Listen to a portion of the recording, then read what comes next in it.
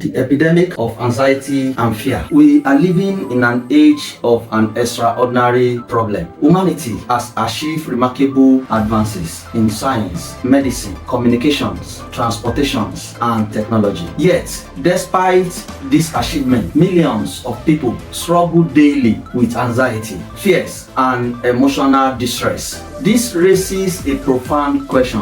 Why are people living in one of the most advanced, yet many feel more anxious than ever? This is not simply a psychological question. It is also a spiritual question, because fears affect how we think, live, relate with others, and understand ourselves. What is anxiety? Anxiety is a state of excessive worries, apprehensions, or unease about what might happen. Fear is often a response to an immediate threat. Anxiety usually concerns possibility about the future. Both are natural human experiences. Fear can protect us from danger. Anxiety can alert us to challenges. The problem begins when they become constant companion rather than occasional signals.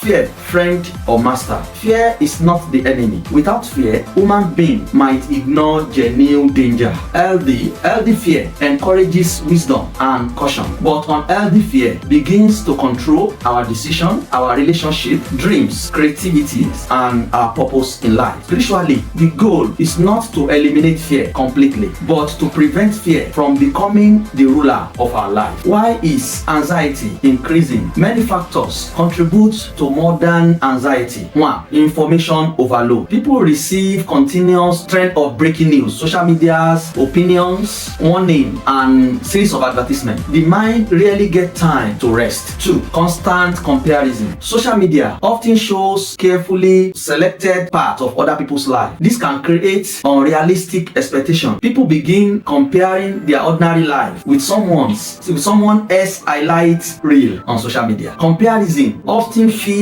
anxiety. 3. Uncertainty. Modern life changes rapidly. People worried about careers, their finances, health, relationship, global events, and technology. Uncertainty can easily become a source of fear. 4. Disconnections. Many people experience loneliness, weaken community ties, reduce face-to-face interactions. Strong relationships often help people cope with stress. Isolation can make anxiety feel heavier. The mind habit of catastrophism. One common mental habit is imagining the worst possible outcome. Examples include: what if everything goes wrong? What if I try and fail? What if people reject me? The minds often trade imagined dangers as though they are already real. Awareness helps us recognize these thought patterns without automatically believing them. The spiritual cause of living in fear. Fear narrows perception. When fear dominates, creativity decreases, compassion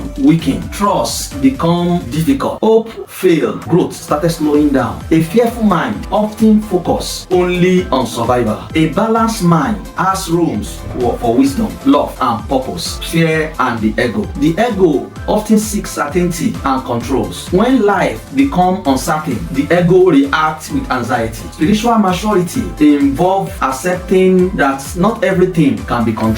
This does not mean becoming passive. It means learning to act wisely while accepting uncertainty as part of life. Courage is not the absence of fear. Many people believe courageous people never feel afraid. That is a misconception. Courage means acting according to your value, even when fear is present. Every meaningful achievement usually involves some uncertainty. Growth often begins where comfort ends. The role of awareness. One of the most powerful responses to anxiety is awareness. Instead of saying I am anxiety, we begin to notice I am experiencing anxious thoughts. This creates space between awareness and emotion. It reminds us that emotion are experiences we have, not our entirely identity. Practical ways to reduce fear. Spiritual traditions and psychology often recommend similar practices. Silence, creating space away from constant stimulation, reflection, reflections, examining thoughts honestly, gratitude, focusing on what is good even during difficulties, healthy relationships, seeking genuine connections and support, physical care, sleep, make movements and make it nutritious, and make sure your mental is well taken care of. Service, helping others, often shift attentions away from excessive self-focus, meditation or prayers, developing calm and perspective. These practices are not instant cure, but many people find they help build resilience over time, anxiety and meaning. Research and many spiritual traditions suggest that people often cope better with hardship when they have a sense of purpose. Purpose gives directions, meaning gives strength, hope provide endurance. Without meaning, fear often feel larger. From fear to wisdom. Fear asks, what if everything go wrong? Wisdom asks, what is the next right step I can take? Fear imagine endless possibility. Wisdom focuses on present responsibility. A deep reflection. Imagine holding a flashlight at night. The darkness may be fast. The flashlight does not illuminate the entire room. It only shows the next few steps. Yet, those few steps are enough to continue the journey. Life often works the same way. We rarely see the whole path, but we can usually see the next faithful steps. A balanced spiritual perspective. Not all anxiety is simply a lack of spiritual awareness. Anxiety disorders are real conditions that can have biological, psychological, and social causes. Many people benefit from a combination of spiritual practices, supportive relationships, and professional mental health care. Seeking help